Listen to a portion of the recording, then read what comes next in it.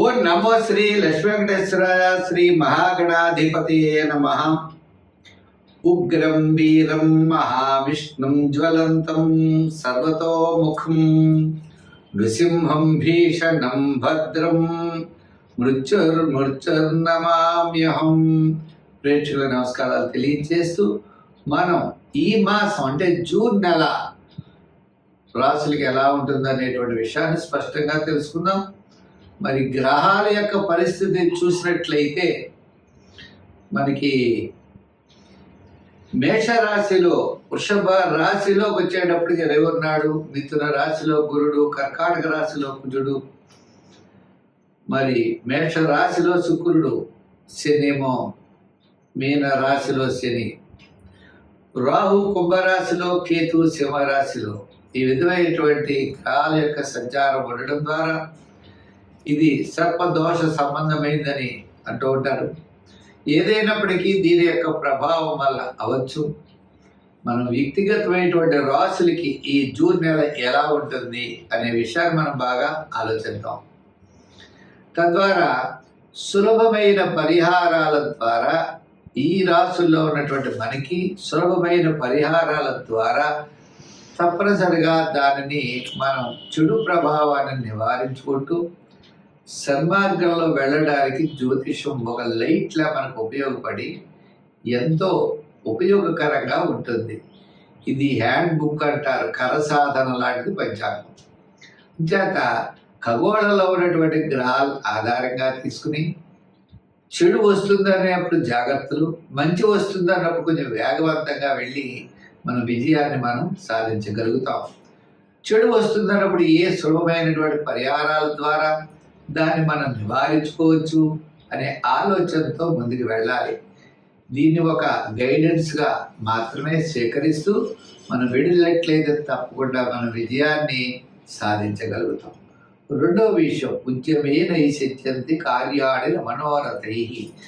మన యొక్క ప్రయత్నం తప్పనిసరిగా ఉండాలి. ప్రయత్నం చేతనే విజయం సాధిస్తామనేటువంటి విషయాన్ని కూడా మీరు తెలుసుకోవాలి. మా కార్యక్రమం మీకు నచ్చినట్లయితే లైక్ చేసి షేర్ చేయండి. ప్రతి ఒక్కరు కూడా ఈ కార్యక్రమాన్ని 10 మందికి అందిస్తారని ఆశిస్తూ మనం మీనరాశి, ఈ మీనరాశి వారికి కాస్త వెసులుబాటు అనేది తప్పనిసరిగా జరిగే అవకాశాలు ఉన్నాయి. అది కూడా ఇప్పుడే అంటే చెప్పాలి అంటే జూన్ 15 నుంచి జూన్ నెలాఖరు వరకు చిన్న చిన్న సమస్యలు ఉంటాయి, ఆర్థిక ఇబ్బందులు ఉంటాయి. చాలా ముఖ్యమైన విషయం తెలుసుకోవాల్సిన విషయం, రిస్క్ పని మాత్రం ఎటువంటి పరిస్థితుల్లో చేయకూడదు. అది ప్రయాణాదులు అయితే రిస్క్ చేయకూడదు. కొంతమంది చీటీలు, బిజినెస్లు అంటూ తెలివి తక్కువ బిజినెస్లు, తెలివి తక్కువ వ్యాపారాలు చేస్తూ ఉంటారు. అవి అస్సలు పనికిరావు. మళ్ళీ ఎవరో ధన సహాయం చేయండి, మీకు 5 లక్షలు ఇవ్వండి, 2 లక్షలు ఇవ్వండి, మీకు వడ్డీలు ఇస్తామంటారు. అలా కూడా డబ్బులు పోతాయి. కొంతమందికి ఉద్యోగాలు ఇప్పిస్తామంటూ డబ్బులు తీసుకుంటారు, అవి పోతాయి. ఇలా ఏ విషయాలైనా కూడా అనవసరంగా నమ్మేయడం, అనవసరంగా ముందుకు వెళ్ళిపోవడం. ఏదో సెటిల్ అవుతాడు కదా పిల్లాడు అని అనుకుంటాం, కానీ తప్పులేదు, కానీ వద్దు. ఈ విధంగా అడ్డదోవన మీరు ఏది చేసినా చీటీలు, బిజినెస్ల దగ్గర నుంచి దెబ్బ పడే అవకాశాలే ఉన్నాయి. అందుచేత విద్యార్థులు కష్టపడండి, చదవండి. ఉద్యోగస్తులు కష్టపడండి, ప్రయత్నం చేయండి. వ్యాపార పరంగా ఆర్థిక లావాదేవీలు కూడా తప్పనిసరిగా మీరు విజయాన్ని పొందగలుగుతారు. నిక్కచ్చిగా ఉండండి, అధర్మ మార్గంలో చేయకండి. వృత్తుల పరంగా కూడా అంతే. ఏదో మనం ఇలా పెడితే రాంగ్ రూట్లో పెడితే విజయం సాధిస్తాం అనుకోకండి. అపఖ్యాతి పాలైపోతారు. న్యాయవాదులు అవ్వచ్చు, వైద్యులు అవ్వచ్చు, ఎవరైనా సరే.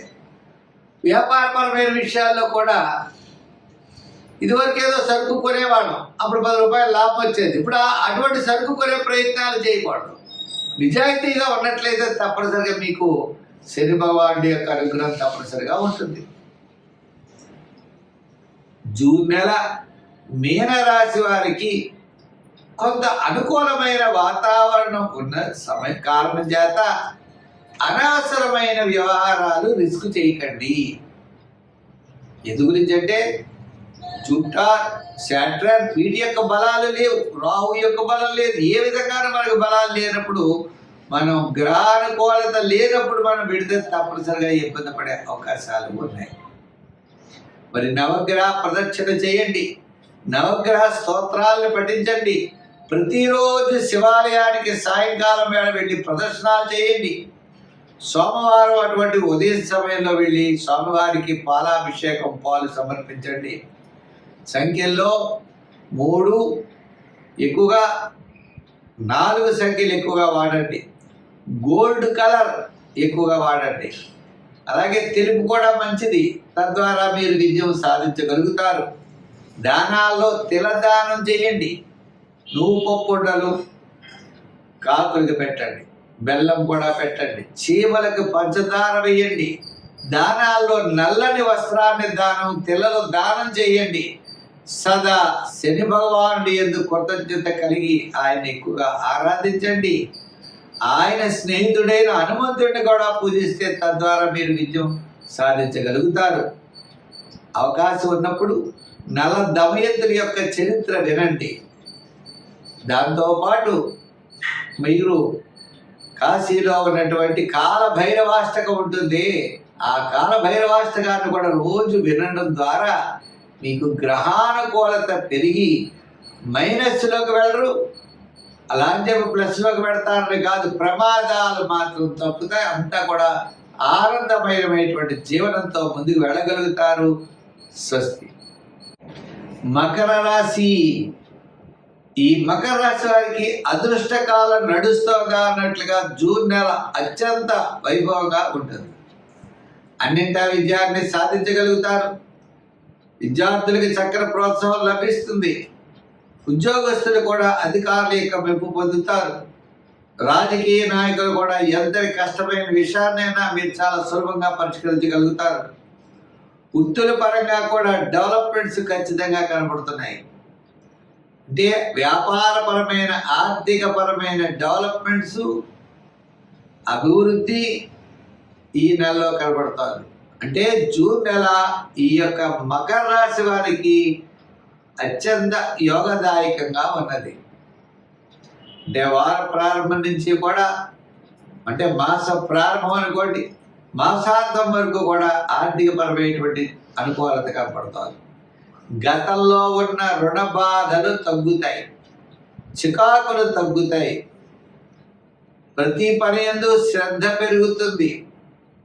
దీర్ఘకాలిక ప్రయోజనాన్ని ఇచ్చే పనులు చేయాలనే ఆతృత పెరుగుతుంది. ప్రణాళికల్ని చక్కగా సిద్ధం చేసుకుంటారు.